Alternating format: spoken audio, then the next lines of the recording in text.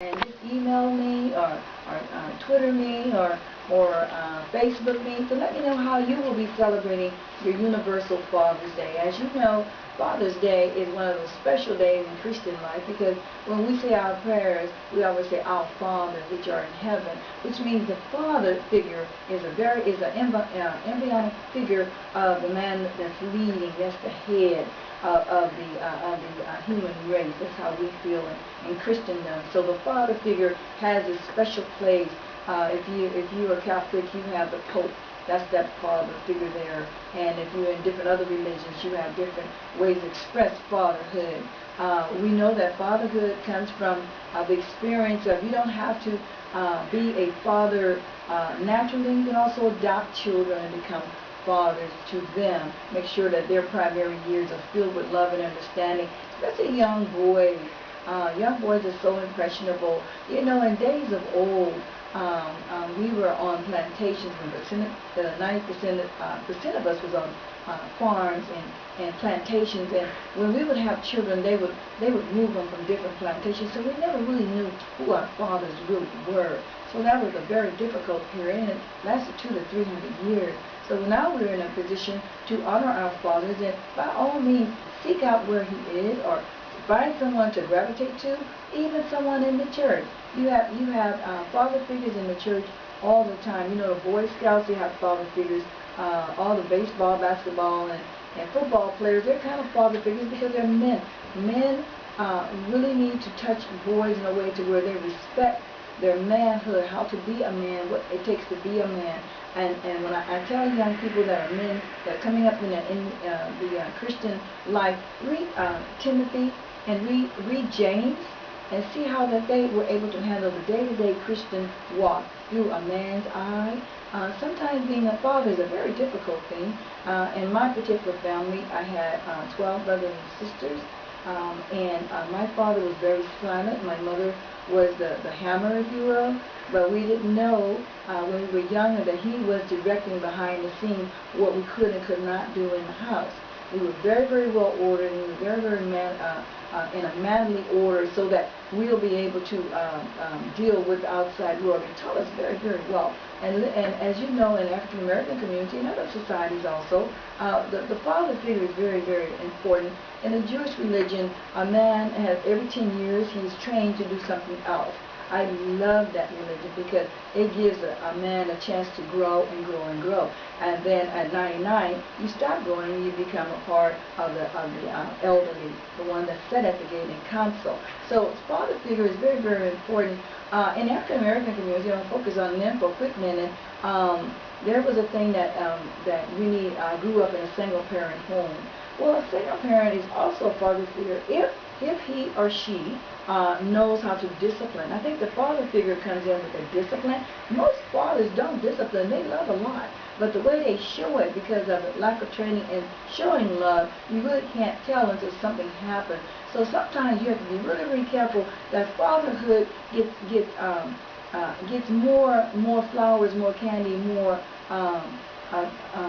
gifts than they used to. Let's lift them up a little bit, and let's just look at how that really works. The dynamics of a father is the one, he is the provider. He's the head of the household. And when that provider gets sick of something, it's that virtuous woman again that helps him get back to his rightful place, leading the house, leading how to pay the bills, how to move, how to get groceries, how to get a car, and things like that. We'll listen to men because men have wisdom also. And this Father's Day, Universal Father's Day, we normally have our Father's Day in June. And we honor, the United States honor the fathers in June. And what we do, we take them out to dinner, we buy them gifts, we counsel with them, we show our appreciation through gifts and caring and kindness and concern. So this Father's Day, pay attention to your dad. He might not like it so much because they don't like the limelight that much, but they're a very intricate part of the family circle. It is very important to have that male figure. Even if you don't have a dad that's present, there's someone there that you can counsel with as you go through your particular parts of life. Again, it's the strength of the man in the house that allows the rest of the world not to rush in and do anything they want with the family members. It's the strength of the man that allows the woman to relax inside the house, to really be able to get to the essence of I am protected. Women lack protection, and Father's Day does that kind of thing. We want that kind of feeling and affection. Our children are now being focused on single parent, which is good, but like I say, you can go to different areas of the world. Even Denzel Washington went to the boys club and was able to gather his manhood up, so he'll know how to treat women, he'll know how to talk to women, he'll know how to work in a systematic manner, that 8 to 5. He knows how to treat people on the job. He also knows how to bring money to the table for extra things. And you got your food, your clothes, your shelter, transportation, your communication. All that's very, very good, and he helps control that. But Urojas Community Services train the men and women there how to bring those skills back. Some of them are coming out of a bad experience, some of them are coming out of incarceration, but Urojas Community Services bring back that stability, that man part of them. There's some men love to work, and they love to work in a systematic manner. They don't just want to have to work, they want to be able to see the fruits of their labor, and that's in twofold. Fruits of their labor is making sure they're taken care of, and that means that their wife or their girlfriend or their loved one and their children or best friend's children are taken care of. So this Father's Day, give a little bit more emphasis on what that really means in your family. How strong is your dad in that family? Do you consult with him? Do you check to see what he needs? Is he a young dad? Is he a middle dad? Is he an elder dad? Whatever way you catch him, make sure you let him know that you love him and that you appreciate him this year. We're in a whole nother millennium. And I'm telling you, dads have fought wars for us. Dads have saved the village for us. And they have really helped us get past some things. When I was young, a person that wanted to meet me and date me had to go through my dad. I couldn't just have a person come and visit me just because they said, well, I would like to date you. You have to come and ask my dad, even to sit in my house. And I know that's kind of archaic for some people that don't understand that, but it was not devil may care, come and sit in a person's house. No, you have to cross that threshold and say, oh, that's Reverend Anderson's daughter. You walk up those stairs, you better have some respect. So men do carry a lot of weight, and my dad was very, very quiet. He was very, very quiet. He worked 3 or 4 jobs when he was younger. And that's what they had to do. Never complain, because he had those kids. And every one of us, everyone thought every one of us was a single kid with just one child, because we all were in stages. One thing about 11 and 12 kids, you can stage them to where it just so happened, grace be to God, that they were able to stage them. But this Father's Day, give an emphasis on that Bible. What does it really mean to be a father, and how that helps you to understand what your father did for you? Sometimes some men become very bitter because their father wasn't there. But you might want to look at the circumstances why that father wasn't there. It's always not cut and dry. It might have been something that rubbed the other family wrong. It might have been something that the two of them, the mother and the father, had an ought, and you missed out on the fact that your father was there. It takes a lot to understand until you get their age.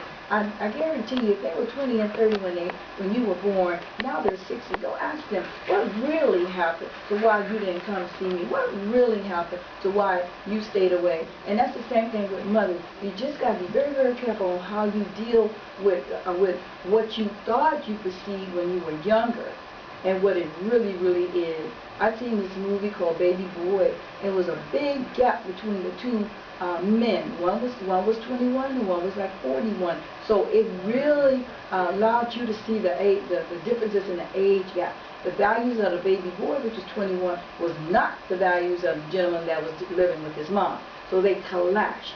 So the male figure was there, but it was a clashing figure. So when you're looking at the Bible, there's no place in the Bible that says to you that you talk to your father in a certain way. You have to honor your father and mother all the days of your life, and years will be added to you. So God holds that in self-esteem, that push to say, if you could honor your legacy, and you can honor your retro, then He's going to bless you in so many ways you would never know. And try forgiveness. You know, nothing wrong with forgiveness because your father wasn't there. There's nothing wrong with forgiveness when you say, you know what, Dad, I'm 30 and 40 now. I understand. You know, I'm not going to hold it against you. This year, I'm going to let that go, and let's do something that we will be positive. You never taught me how to fish. Let me show you how to fish. See,